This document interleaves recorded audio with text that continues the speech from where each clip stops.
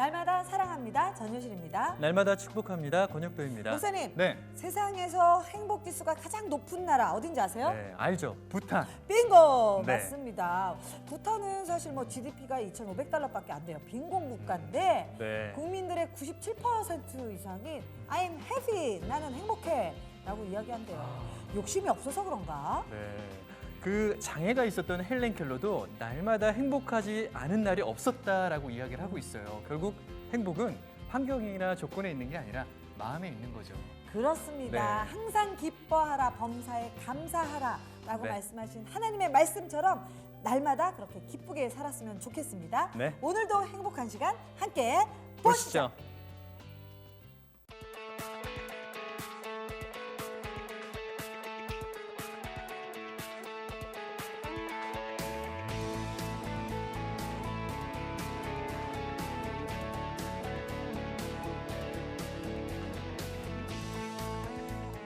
우리 신성교회는 사랑이 넘치는 교회입니다. 전도에 힘쓰는 교회입니다. 봉사하는 교회입니다. 사랑과 은혜가 가득 차 있는 교회입니다. 서로 연합되어 하나 되는 신성교회로 오세요.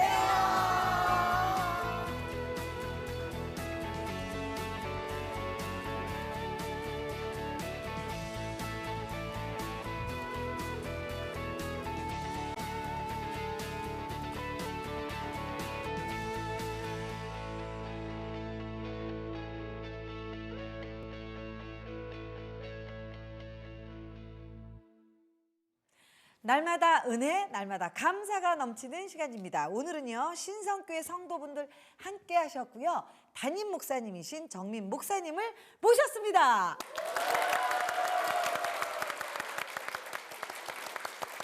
저는 사실 우리 성도분들도 그렇지만 우리 목사님을 딱 뵀을 때 너무나 웃는 모습이 네. 옆집 할아버지처럼 옆집 삼촌처럼 그냥 푸근하세요. 따뜻한 교회인 것이 느껴지는데요. 네. 목사님 신성교회 소개 좀 부탁드리겠습니다. 예. 저희 신성교회는 참 좋은 교회입니다. 예. 1959년 주님 오신 성탄절에 시작된 와. 그런 교회입니다. 그리고 이북에서 신앙의 자유를 찾아서 오신 분들을 중심으로 시작된 신앙의 뿌리가 있는 그런 교회입니다. 저는 2011년도에 우리 교회 담임 목사로 부름을 받아서 와서 심우하고 있고요. 와서 보니까 저희 교회는 정말 따뜻하고 행복하고 좋은 사람들이 가득한 그런 교회인 것을 느꼈습니다. 오자마자 우리 성도들과 함께 지금의 예배당을 건축하고 그 이후로 하나님께서 더 좋아지는 은혜를 베풀어 주셔서 행복한 교회로, 평안한 교회로 날마다 새로워지고 있습니다. 네. 네. 아니 우리 목사님 늘 웃으시니까 심각한 얘기를 하실 때는 어떡하세요? 그래도 웃습니다. 와, 그래도 웃습니다. 네. 목사님 모습만 봐도 지역에 있는 많은 분들이 하나님의 선하심을 경험할 것 같아요. 그렇습니다. 마찬가지로 이 교회도 하나님의 선한 영향력을 다양한 사역으로 끼치고 있다라는 얘기를 들었는데 소문이 자자합니다. 네, 네. 어떠한 섬김이 있는지 소개 좀 부탁드릴게요, 목사님. 사실은 뭐 저희 교회가 어떤 섬김의 사역을 펼친다고 하기에는 아직 미미하고 부끄럽습니다. 이제 새로운 마음으로 시작하고 있다 하는 것이 더 정확할 것 같고요. 한 두 가지 그래도 조심스럽게 소개를 드린다면, 보시다시피 저희 교회가 이 지역에 참 좋은 지리적 여건 속에 있잖아요. 네. 많은 사람이 이렇게 왕래하기 좋은 자리에 있기 때문에 우리 2층에 작은 카페를 열었는데, 저희 교회 카페는 그냥 사람들이 와서 커피를 먹는 네. 그런 카페가 아닙니다. 네. 그러니까 문화적인 서비스를 받는 이제 그런 카페거든요. 그래서 지역과 함께 동사무소나 우리 또 구청과 함께 또 우리 동작구안에 이 온라인상에 소위 마을 커뮤니티가 많이 있습니다. 네. 이 마을 커뮤니티의 사무실과 같은, 사랑방과 같은 곳을 저희 카페가 합니다. 너무 좋네요. 그래서 네. 이분들이 오셔서 회의도 하고 또 수강생을 모집해서 우리 카페에서 강좌도 하고, 네. 저희 교회도 자연스럽게 이 문화사역에 참여하면서 지역 사람들을 아주 친근하게 또 시대의 컨셉에 맞게 이렇게 섬기려고 나름대로 노력을 하고 있습니다.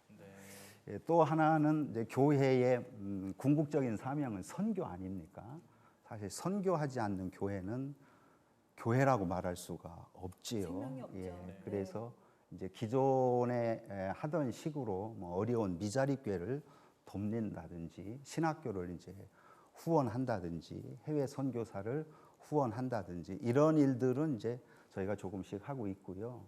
그동안 이제 국내에 한 2개 교회를 저희가 개척을 했고 최근에는 오늘 간증하실 박윤석 선교사님을 통해서 탄자니아에 작은 교회를 하나 좀 건축을 하고 있고요. 그래서 앞으로는 우리 교회가 북한에서 내려오신 분들 중심으로 시작이 된 교회이기 때문에 빚을 지고 있다고 생각을 합니다. 그래서 통일 이후에 이제 북한의 복음을 전하고 북한 교회를 재건하고 또 이 동남아시아와 아프리카에 이르기까지 복음 전하는 그런 교회의 사명을 감당하려고 지금 준비하고 노력하고 있습니다. 너무 잘하고 계세요. 아니 우리 목사님 미비하지만 한 2가지 말씀 하신다고 했는데 아 사실 엄청난 사역들을 맞습니다. 하고 계시고 목사님 앞으로 신성교회가 정말 기대되네요. 소망 나눠주세요. 이제 목회자로서 옛날에는 사역이라든지 뭐 큰일하는 소망이 있었어요. 그런데 저도 이제 한 인간으로 살아보니까 행복하고 싶어요. 그래서 저의 제1의 목표는 교회가 행복한 겁니다. 성도들이 행복한 거죠. 예수님이 내가 온 것은 양으로 생명을 얻게 하고 더 풍성히 얻게 하려는 것이다. 정말 그 삶이 무엇인지를 이 교회 생활을 통해서 어떻게 하면 조금이라도 맛보게 해줄 수 있을까. 제가 목사로서 조금 맛을 보았는데 그것을 어떻게 하면 나누어 줄 수 있을까. 그래서 교회가 평안하고 성도들이 행복했으면 좋겠다. 그래서 저는 목사가 하는 일을 서비스라고 생각합니다. 그 행복하도록 도우려고 그런 생각을 가지고 있고요. 이제 2번째는 아까 말씀드린 대로 오라고 하는 교회가 아니고 올 수 있도록 분위기를 만드는 그런 교회가 되기 위해서 내가 어떻게 하고 교회가 어떻게 해야 할 것이냐 이제 그런 소망을 이제 가지고 있고요. 그리고 마지막으로는 아까 말씀드린 대로 하나님께 영광 돌리는 교회 그리고 사람들에게도 필요한 교회 그런 교회 만들어가는 것이 저희 목회적 소망입니다. 짧은 시간 우리 정민 목사님과 이야기를 나누면서 참 웃어야겠다는 생각을 했어요. 행복해야겠다라는 생각도 했고 목적대로 복음을 위해서 살아야겠다는 생각도 했습니다. 앞으로 우리 목사님과 신성교회를 통해서 목사님의 그 아름다운 소망이 이루어지기를 기대하고요. 목사님 고향이 어디세요? 대전입니다. 아유 홍성이요. 앞으로 더 따뜻한 교회 저희도 응원하고 기도하겠습니다. 목사님 감사합니다. 감사합니다. 자 날마다 은혜라 그렇게 좋으신 하나님과 우리도 그렇게 살고 싶습니다. 첫 번째 간증을 나눠주실 신성교회 성도님 분의 힌트 물건을 볼 텐데 어머 와 아프리카. 오늘 뭐 아프리카에서도 나오시나요? 이거 아주 너무나 귀여운 우리 아이들인데 외국인이 나오시나요? 자 첫 번째 간증을 나와주시기 바랍니다. 박수 부탁드리겠습니다. 어서 오세요. 안녕하세요. 소개 좀 부탁드리겠습니다. 네, 저는 아프리카에서 21년째 그 탄자니아에서 사역하고 있는 박윤석 선교사라고 합니다. 네, 아까 우선 소개해 주신 대로 우리 선교사님 귀한 사역 감당하고 계시는데요. 우리 성도님들 또 방송 보시는 분들 또 탄자니아에 계신 성도님들께 자 인사 한번 부탁드릴게요. 카메라 보시고. 그 나라 말로 네. 될까요? 네. Bwana Yesu asifiwe, watu wa Mungu wa Tanzania. Ninawasalimu katika jina la Yesu kupitia CBS nchini Korea. 탄자니아하고 CBS만 들었습니다. 뭐라고 말씀하신 거예요? 한국의 CBS 방송을 통해서 탄자니아에 있는 하나님의 사람들에게 안부를 전합니다. 그런 뜻입니다. 아멘. 감동입니다. 우리 선교사님 오늘 어떤 스토리실까요? 우리 선교사님은 탄자니아에서 20여 년 동안 선교하고 계시는데요. 지금 선교하시는 것이 어릴 적에 꿈꿔왔었던 작은 꿈이 이루어졌다라고 고백을 하고 계십니다. 단기 선교 가보신 분들은 아시겠지만 2박 3일 내지는 일주일 힘들어요. 갔다 와도 힘들거든요. 20년을 타지에서 생활하신다는 게 쉽지 않으셨을 텐데 어떤 일들이 있었는지. 처음에 1995년도에 이제 탄자니아로 선교사로 가기로 결정을 하고 95년도에 8월에 이제 아프리카 땅을 밟았습니다. 근데 탄자니아는 사실 그 당시에 제가 아는 게 너무 없었고 케냐는 제 친구 선교사님이 사역을 하셔서 일단 케냐에 들어가서 언어 공부를 하고 탄자니아로 가야 되겠다 해서 케냐에 이제 도착을 했습니다. 그래서 거기서 1년 조금 넘게 언어 공부를 하면서 탄자니아를 이제 리서치를 했죠. 이렇게 정탐을 해러 갔다 하나요? 그래서 가면서 이제 그 3가지 기도 제목을 내놨습니다. 하나님, 탄자니아의 한인 선교사님들이 한 분도 안 계신 그런 지역을 보여주시고 도시도 좋고 뭐 어느 조그만 지역도 좋으니까 두 번째는 외국 선교사님도 없든지 아니면 비교적 적은 곳으로 세 번째는 크리스찬 기독교인들의 그 퍼센트가 아주 낮은 곳으로 보내달라고 기도를 하고 이렇게 탐방을 하는데 탕가라고 하는 탄자니아에서 4번째 도시에 도착을 했어요. 근데 정말 큰 도시인데 한인 선교사님들이 한 분도 안 계시고 외국 선교사님도 그 당시에 이제 3분이 계시는데 한 가정은 말라리아로 너무 고생해서 철수해야 된다. 그래서 2번째 기도 제목도 됐고 3번째는 이제 기독교 분포를 알아봤더니 정말 그 당시에 87%가 해교되었어요. 이슬람들이. 그래서 이제 그곳에 들어가게 됐고요. 근데 가서 그럼 어떤 사역을 할 것인가? 현지 몇 분 안 되는 목사님들하고 시골교회 이렇게 방문하고 이제 하면서 조언을 구했더니 그분들이 신학교를 세워주면 좋겠다 이렇게 얘기를 했어요. 그래서 왜 그러냐 그랬더니 교회는 자기들 힘으로 시작할 수 있대요. 질 수 있대요. 근데 지도자 양성은 안 된다는 거예요. 이유를 얘기하는데 그 당시에 한 정식으로 2년 이상 신학을 공부하고 목회하는 목회자가 10% 남짓 탄자니아에. 그래서 그 얘기를 듣는 순간 바로 하나님께서 이걸 원하시는구나. 그래서 탕가 크리스천 바이블 칼레지, 탕가 기독교 신학교를 1991년 1월에 이제 첫 학생을 받아서 시작을 했죠. 작년까지 15회 약 350명 졸업을 했고요.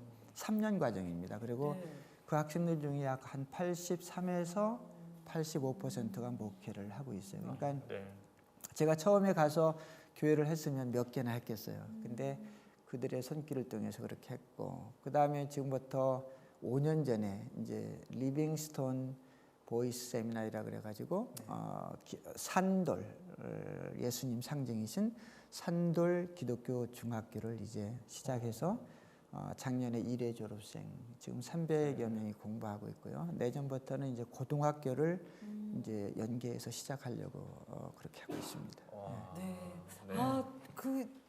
아까도 잠깐 뭐 유사지 보여드렸지만 우리 선교사님을 통해서 그 가운데 정말 아이들을 또 학교를 통해서 하나님의 영혼들을 그렇게 불러 모으셨던 것 같아요. 혹시 선교사님 지금 뭐 떨어져 계시지만 아이들 사진 혹시 가지고 다닌 거 있으시면 좀 볼 수 있을까요? 주머니에 있어요? 하나 있는데 네. 그 전화기 속에 들어 있어요. 우리 학생들 14명과 교사 2명이 이제 한국 견학을 한국이네요? 왔어요. 예. 오. 그 지난주 이제 견학 끝나고 떠났습니다. 그래서 그때 국회를 방문했을 때 찍은 사진입니다. 와, 감동이네요. 저는 참 위대한 일을 하신 분들 겸손하신 것 같아요. 한 게 없어요 이러셨는데 어떻게 보면 물론 선교사로서의 부르심은 받았지만 그 기도 제목 말씀하셨잖아요. 한국 선교사가 없는 곳에 보내주세요.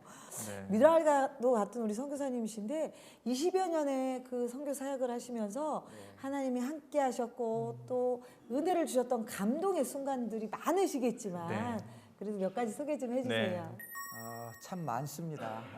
좋은 일도 많고 어려운 일도 많았었는데 결국은 이제 좋은 일을 보고 나가는 거죠. 근데 우리 신학교를 통해서 제가 늘 감사하고 이제 감격하는 것은 2년에 한 번씩 총동창회가 있습니다. 그래서 네. 전국에서 다 이제 오는데 그때 와서 서로 부둥켜 안고 네가 살아 있었네. 왜냐하면 그 나라 평균 수명이 그렇게 길지 않아요. 한 50살 조금 넘을까? 55세 이 정도 됩니다. 그래서 서로 감격하고 이제 기도하고 하는 모습 감사하고요, 감격하고 우리 아까 얘기했던 그 산돌 중학교, 리빙스톤 중학교가 기독교 중학교지 않습니까? 탄자니아의 남자 중학교로는 제가 알기로는 두 번째 기독교 남자 중학교입니다.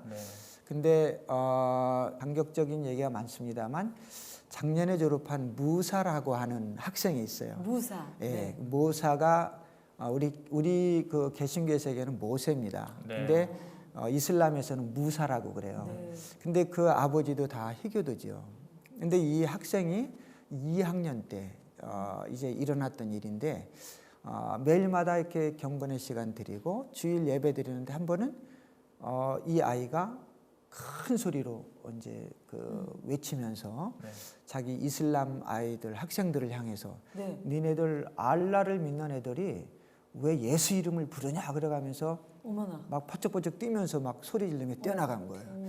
그러니까는 예배 시간에 아주 어떻게 되겠어요? 당황스럽겠네요. 좀. 그래도 예배를 잘 마치고 이제 교장 선생님하고 교사들하고 저하고 미팅을 가졌죠. 모임을 갖고 이 아이 아빠가 이 학교에 보낼 때 서명을 했는데 학교 법에 따르겠다고 서명을 했는데 이 아이는 안 되겠다 그래서 부모를 불렀어요. 불러가지고 이제 정중하게 설명을 하고 이 아이는 우리 학교에 안 맞으니까 다른 학교로 옮겨달라고. 제가 생각할 때는 잘 됐다 하고 옮겨갈 줄 알았는데 이 아버지가 딱 일어나더니 무릎을 꿇는 거예요. 그러면서 교장 선생님 손목을 딱 잡고 한 번만 용서해 달라고. 우리 아이가 이 학교 다니면서 예수 믿고 세례 받아도 당신들이 행하는 그 예식 세례까지 받아도 좋으니까 태양만 시켜다 주지 말자고. 그래서 이제 각서를 쓰고요. 근데 그 아이가 졸업 전에 세례를 받았어요. 그리고 찬양팀에 들어가서 주일 예배도 인도했어요. 이런 것들을 보니까 너무 감격스럽고 순간순간 힘든 일들이 다 이제 없어지는 거죠, 마음에. 이제 그런 일들이 참 자주 일어납니다. 어떻게 보면 예수를 부인했던 그 한 학생이 어떻게 보면 한 나라를 예수에게 이끌 수 있는 위대한 복음 전도자가 되겠네요. 감동이네요. 궁금한 게 사역은 정말 훌륭하게 여러 보람을 느끼면서 지금껏 오셨지만 선교사님들 가족들 대다수가 이 골이 깊으신 분들이 많아요. 그러면은 선교사님 가족들 자녀들도 참 그러니까요. 어렵고요. 자녀들은 얼마나 이 선교사니까 아빠에 대해서 이해하고 있고 아빠가 가는 길에 대해서 그만큼 또 기도로 동역하고 있는지 궁금해요. 사실 저뿐만 아니라 모든 선교사님들이 가장 힘들어하는 부분이 있다면 자녀 문제입니다. 아빠 엄마가 좋아서 간 거지 아이들이 좋아서 간 건 아니거든요. 저희 아이들 같은 경우도 미국에서 태어나서 자라서 4학년 5학년 때 이제 아프리카를 처음 갔는데 뭐 기뻐서 갔겠습니까? 뭐 도착할 때까지 울면서 간 거죠. 그러니까 마음속에 그렇게 뭐 아빠 엄마에 대해서 그렇게 좋게 생각은 안 했을 거예요. 이제 아이들을 언어 공부 다 끝나고 케냐의 그 선교사님 자녀 학교에 집어넣었다니까 이상하죠. 들어가고 하고 저희는 이제 탄자니아로 간 거예요. 기도 제목 응답 받은 대로. 근데 두 번째 방학 때인가 와서 있는데 우리 두 아이들 남자 아이들이 연년생인데 이렇게 누워서 뭐 게임 같은 거 하면서 보니까 둘째 아이가 몸을 막 떠는 거예요. 그래서 이게 무슨 일인가 해서 처음에는 이렇게 이제 왜 그러냐 혼내키기도 하고 했는데 이게 안 되는 거예요. 그 나중에 이제 진찰을 다 받아봤더니 영어로 토레스 신드롬이라고 하는 이렇게 긴장되고 염려가 많고 그런 막 몸이 떠는 이제 그런 적이에요. 그래서 이제 저를 후원하는 단체한테 연락을 했더니 당장 나오라고. 가신 지 얼마 안 됐으니까 애도 중요하니까 당장 철수하라고. 근데 그게 이제 저희에게 있어서 상당한 그 위기였죠. 그래서 이제 기도하면서 이제 그 학교 측하고 의논을 하는데 학교에서는 이 아이한테 너무 잘해주는 거예요. 친구들도 잘해주고요. 근데 하나님께서 이제 기도하는 중에 저에게 이렇게 좀 느낌을 주시는 게 생각해봐라. 네가 미국에 다시 철수해서 돌아가면 기독교 학교가 아닐 텐데 네 아이가 얼마나 놀림거리가 되겠느냐. 이런 음성을 주세요. 그리고 사탄이 선교사님들은 강한 마음을 먹고 왔으니까 시험해도 잘 안 넘어갈 것 같으니까 가장 선교사님들에게 약한 부분 아이들을 치는구나 이걸 느꼈습니다. 그래서 이제 안 나가고 결국은 지금까지 이렇게 사역을 하게 됐습니다. 근데 이제 그 아이가 이제 다 나와서 미국 가서 대학 졸업하고 직장 생활하고 우리 큰애도 여기서는 불만이 많았었어요. 선교지에서는. 근데 대학 가서 1년 후에 편지를 보내왔어요. 자기가 미국 가서 1년 살아보니까 부모님들이 결정한 건 너무 존경한다고 정말 자랑스럽다고 그래가면서 용기를 주는데 제가 그 편지를 읽으면서 하나님이 저를 자랑스럽게 봐주셔야지 뭐 아들이 에이, 좋으셨죠? 그러면서도 기뻤어요. 근데 그 아이가 이제 어느 기간을 두고 기도하는 중에 지금 탄자니아에서랑 같이 사역을 하고 있습니다. 함께 사역을. 큰 아들이 그렇습니다. 그 순간에 그 탄자니아에 남아있기를 결정하는 것이 쉽지 않으셨을 텐데 그럼에도 불구하고 순종하시고 강건하게 계셨기 때문에 지금 20년 후에 이렇게 하나님 원하시는 놀라운 사역을 하고 계세요. 선교사님 20여 년의 시간을 쭉 돌아보시면서 사실 저희 담당 작가가 그런 이야기를 했어요. 목사님 사모님 우리 선교사님은 어떤 얘기를 하셔도 안 힘들었어요. 괜찮아요. 이렇게 답해 주신대요. 정말 힘든 일을 겪으신 분들은 이렇게 담담하게 얘기하실 수 있는 것 같아요. 그 산을 넘으신 거죠, 선교사님? 네. 그렇습니다. 20여 년의 그 선교 사역을 돌아보시면서 감사함이 있으실 것 같아요. 참 많죠. 근데 이제 제가 가장 감사한 거는 그렇게 이길 수 있었던 것은 또 앞으로도 이제 그렇게 이겨야 되는데 제가 믿는 것은 하나님이 내 안에 계시다는 거죠. 이제 성경에 스바냐서 3장 17절에 너희 하나님 여호와가 너희 가운데 계시니 그 말씀 나오잖아요. 그는 구원을 베푸실 전능자시라. 그 하나님이 천지를 창조하신 하나님이 어릴 때부터 제가 깨닫지 못하고 감지하지 못했지만 멀리 보면서 살아갈 수 있도록 이렇게 역사하신 그 하나님이 내 속에 계시다는 거 이게 이제 큰 힘이 됐습니다. 사실 요한복음에 나오는 네가 내 안에 내가 너 안에 있으면 그런 말씀도 나오지만 제가 하나님 안에 있으므로 하나님께 무슨 이익을 드릴 수 있겠습니까? 그렇죠? 결국은 저한테 복이잖아요. 근데 그 하나님이 저에게 계신다고 하니까 제가 못할 일이 뭐 있겠나 그분을 의지하면 그래서 그 하나님이 내 안에 계시다는 거 이게 늘 마음에 닿고요. 우리 아이들 태어나서도 아이들을 뭐 달리 축복할 길이 없었습니다. 그때 뭐 전도사 때 힘들 때입니다. 미국에서. 그래서 이제 아이를 품에 안고 스바냐 3장 17절을 읽어주고 그 말씀들을 축복하고 찬양도 불러주고 그렇게 했습니다. 그래서 하나님이 내 안에 계시다는 거 이게 너무 감사하고요. 그래서 그렇게 시골에서 어릴 때였지만 삶을 참 고심할 때 그런 사람을 하나님께 지금까지 쓰시고 있는 거에 대해서 너무 감사드리고 있습니다. 네. 선교사님 안에 계신 그 하나님이 우리 안에도 계십니다. 옆 분에게 고백하죠. 당신 안에 하나님이 계십니까? 물어볼까요? 계십니다로 고백해 주세요. 당신 안에 그 좋으신 하나님이 계십니다. 그 능력의 하나님이 계십니다. 아멘. 지난 20년의 사역을 돌아보면 올곧이 고백될 수 있는 건 하나님의 은혜다. 하나님이 함께 아멘. 계십니다라고 고백하시는데 우리 선교사님의 고백을 찬양으로 좀 함께 나눴으면 좋겠습니다.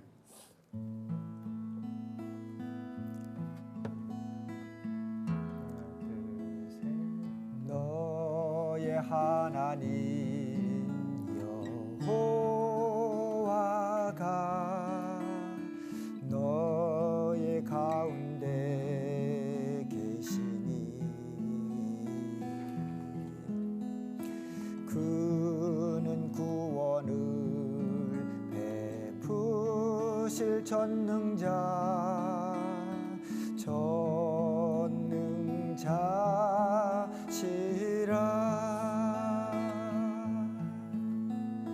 그가 너로 인하여 기쁨을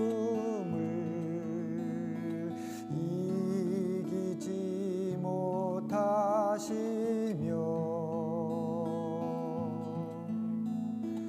너를 잠잠히 사랑하시며 즐거이 부르며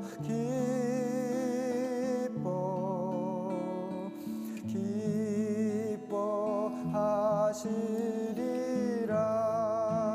같이 한번 불러볼까요? 너의 하나님, 너의 하나님 여호와가 너의 가운데 계시니 너의 가운데 계시니 그는 구원을 베푸실 전능자시라 전능자시라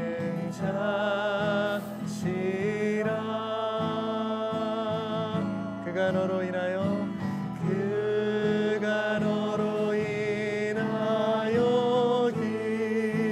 기쁨 이기지 못하시며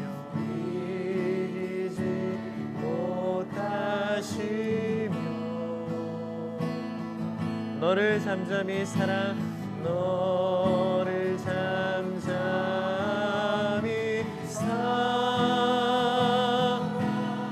사랑하시며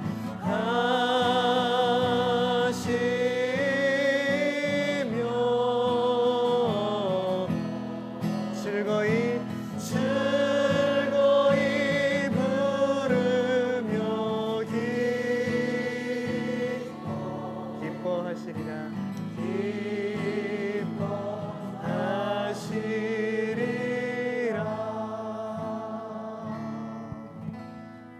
아멘.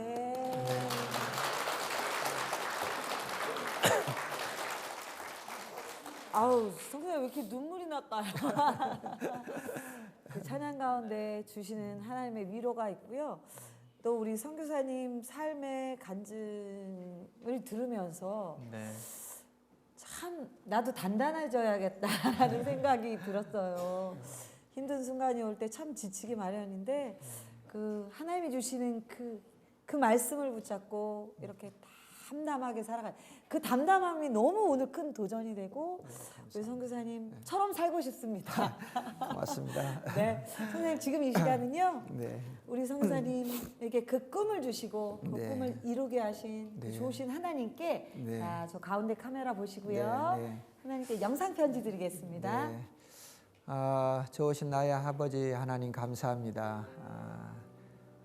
이렇게까지 될 사용받을 수 없는 사람이었는데 하나님의 은혜로 지금까지 이렇게 그 놀라운 하나님의 사역을 조금이나마 이렇게 할 수 있도록 은혜 주셔서 감사드리고요.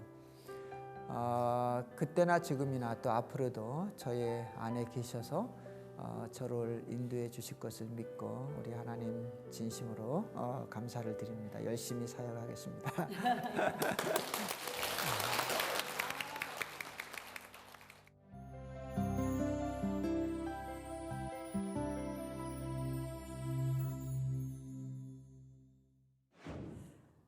외롭게 혼자 가는 길이라고 여긴다면 절대 할 수 없는 일인데 하나님 동행하신다라는 걸 아니까 그 경험 가운데 걸어가지 않나 싶습니다.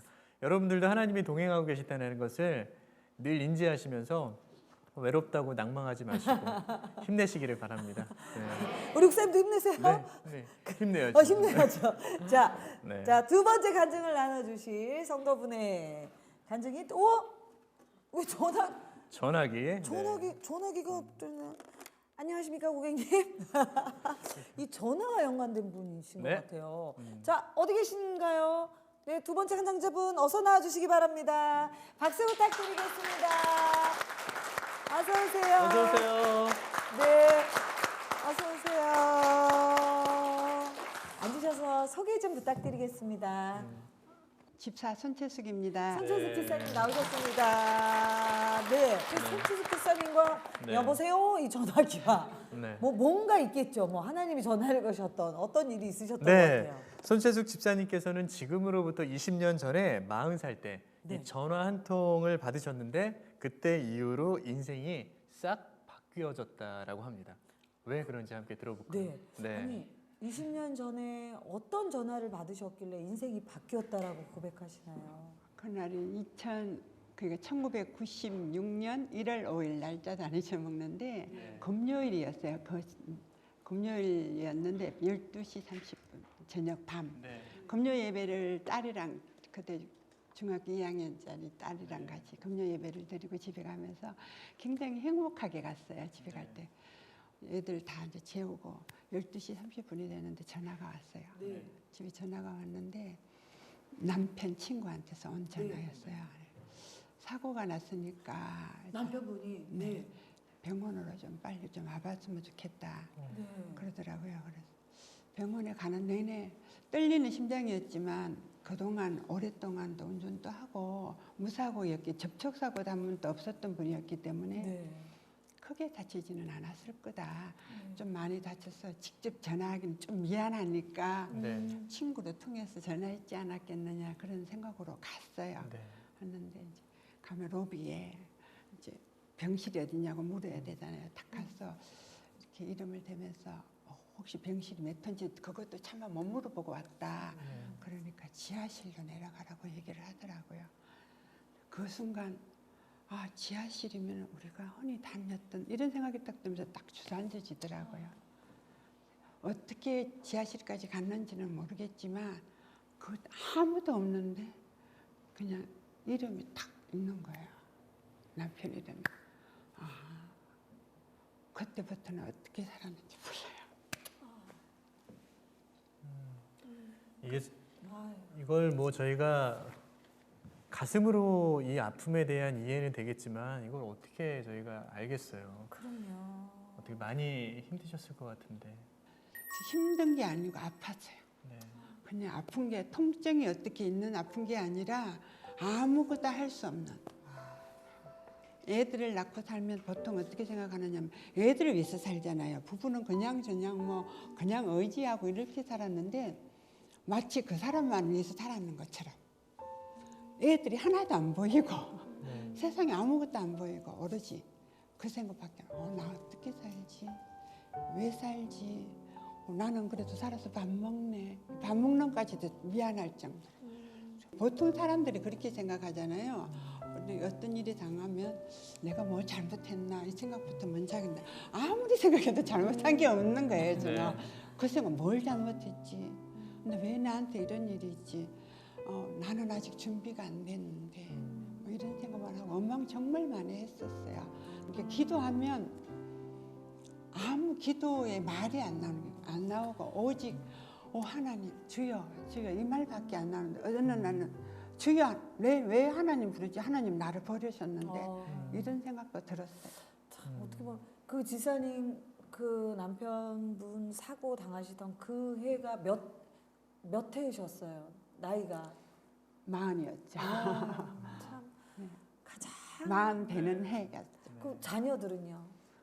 초등학교 5학년, 중학교 2학년. 가장 남편이 있어야 될 함께해야 될 그 순간이었는데, 그러니까 사실 그렇게 너무나 말할 수 없는 그런 충격적인 사고를 당하신 분들은 우리 이렇게 지사님 표현하시는 것처럼 뭐라고 표현할 수 없을 만큼 대인 깊이도 있고. 그럼요. 남편 돌아가시고 나서 많이 힘드셨을 것 같아요. 그 아픈 고통을 어떻게 이겨내셨어요? 그렇게 한 6개월 정도는 아무 생각 없이 그냥 마냥 시계만 쳐다보고 살았어요. 시계만. 딱 쳐다보고 아침에 일어나서 애들 학교 보내고 이제 점심 때쯤 됐지. 한 서너 시간 지났지 생각하고 시계를 딱 쳐다보면 5분밖에 안 지난 거예요. 근데 시간이 그렇게 안 가더라고요. 시간이 그렇게 안 가는 줄 몰랐어요. 그 전에는 시간이 너무 없었거든요. 뭐 배우는 거 좋아하고 이래 사람 좋아하고 이랬어. 근데 그렇게 시간이 안 가더라고요. 그랬는데 그렇게 한 6개월을 살았는데 어느 날 이제 여름이었다고 생각을 해요. 문을 열어놨으니까 문을 열어놓고 애가 둘째가 5학년짜리가 딱 들어오면 엄마 오늘도 밥 안 먹었지? 이렇게 딱 목소리가 커요. 엄마 오늘도 밥 안 먹었지? 그러니까 어떻게 왜 먹었는데? 그러니까 식탁에 밥이 그냥 있는데 이렇게 얘기를 하는 거예요. 그러고 딱 보니까 식탁에 아침에 애들 밥 먹고 간 잔밥이 그대로 하나도 치우지도 않고 그대로 있는 거예요. 그렇게 살았다는 거죠. 그 이때까지 툭하면 그렇게 살았다는 얘기죠. 그런데 나는 애가 저 손을 딱 잡더니만 식탁에 앉아봐라 그러다. 엄마 나는 그래도 참 다행이라고 생각해요. 왜? 그랬더니만 엄마하고 아빠하고 그렇게 사이 좋아서 여행도 자주 다니고 했는데 두 분이 같이 차 타고 가다가 사고가 났으면 어쩔 뻔했느냐고 5학년짜리가. 네. 근데 난 참 다행이라고 생각하는 것이 엄마라도 남아줬어. 우리가 참 다행이라고 생각해요. 엄마 고맙다고. 나는 그래서 하나님한테 그것도 고맙게 생각해요. 이 얘기를 하는 거예요.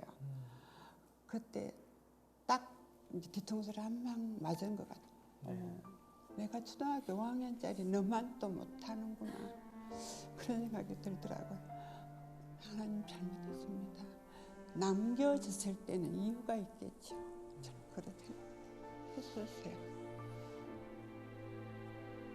근데 애들 잘 키우라는 애들 나머지 애 잘 키우라는 그 뜻으로 받아들이겠습니다.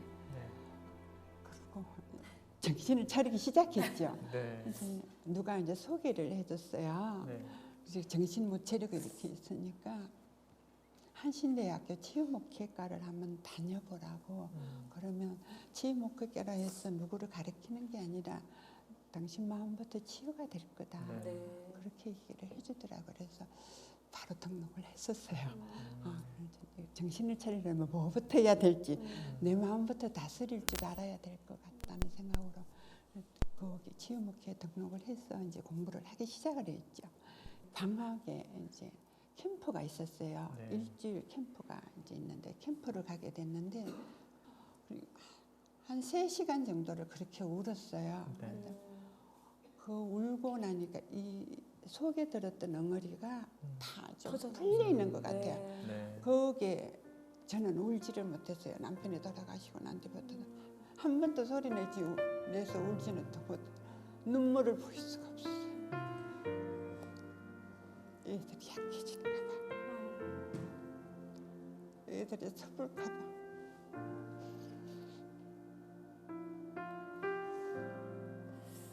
그때 그 울음을 다 토해내고 나니까 좀 이렇게 가라앉혀지더라고요.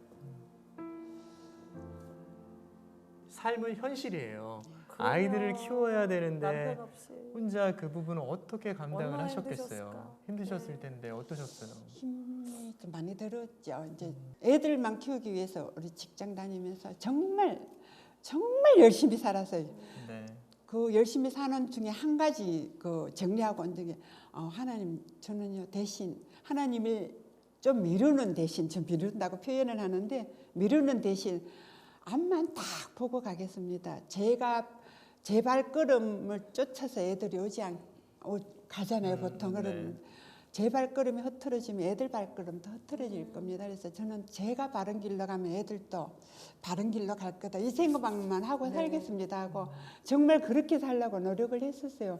물론 다른 사람들이 보기에는 왜 저렇게 살까 할지 몰라도 일부러 일을 찾아서 지금도 그 경향이 남아있어요.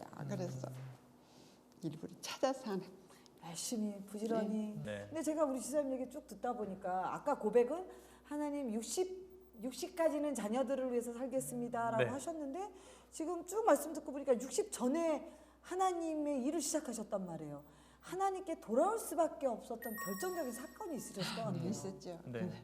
이제 어떤데 이제 재테크를 하게 됐는데 건설업자가 아파트 나홀로 아파트를 짓는데 저희가 이제 집을 받기로 하고 투자했던 건데 부도가 나고 교도소 가고 그걸 대신 맡아서 이제 제가 그 재판을 하게 돼 버릴 상황이 간 거예요. 이제 힘들었기 때문에 기도를 하면서도 늘 하나님 일 해결 잘 되게 해주세요, 해주세요 이렇게만 기도를 했는데 어느 날 베란다 문을 딱 열고 이렇게 내다보고 이제 나가는데 십자가가 보이더라고요. 교회 십자가. 그 전에는 그 교회 십자가가 그 위에 있는지를 몰랐고 불빛이 빨간 빛이었는지도 몰랐는데 그 빨간 십자가 형상에 주님이 딱 십자가에 못 박혀 있는 모습이 보이면서 피를 철철 흘리고 계시는 모습이 보이는 거예요. 영상이 이거 내가 뭐가 잘못 봤나? 다시 이렇게 봐도 그런 거예요. 그래서 네가 아프다고 그런 음성이 저 마음속에서 들리는 네가 아프다고 너는 아직까지도 멀었구나.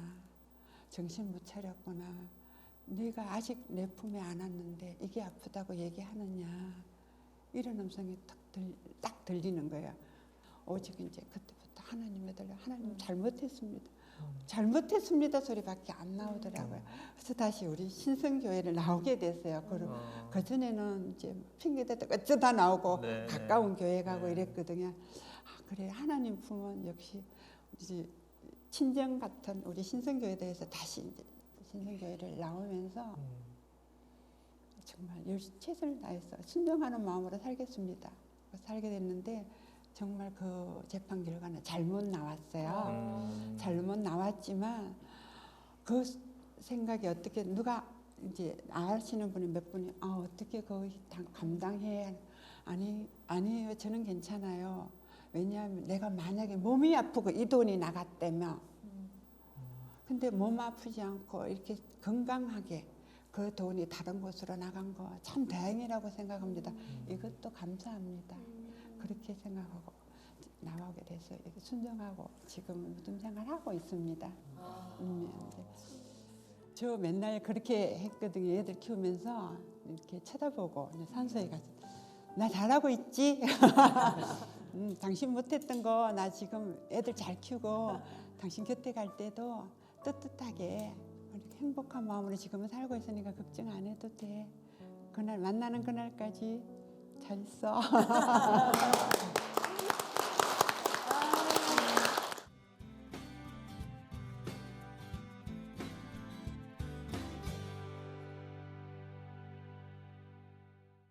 여러분들 그거 아세요? 솔개 아시죠? 솔개. 솔개가 인생 40년을 딱 살면 불이랑 이 발톱이 다 낡아버린대요. 그러니까 솔개는 날개가 무겁기 때문에 기타를 뽑아가면서 살아야 되는데 낡기 때문에 못 뽑는 거예요. 그래서 이거를 바위에 부딪혀서 불이랑 발톱이랑을 다 빼버려요. 그리고 나서 한 일주일 정도가 지나면은 이것이 다시 나는데 그리고 그 뒤로부터 한 30년을 더 산대요. 다 합니다. 네.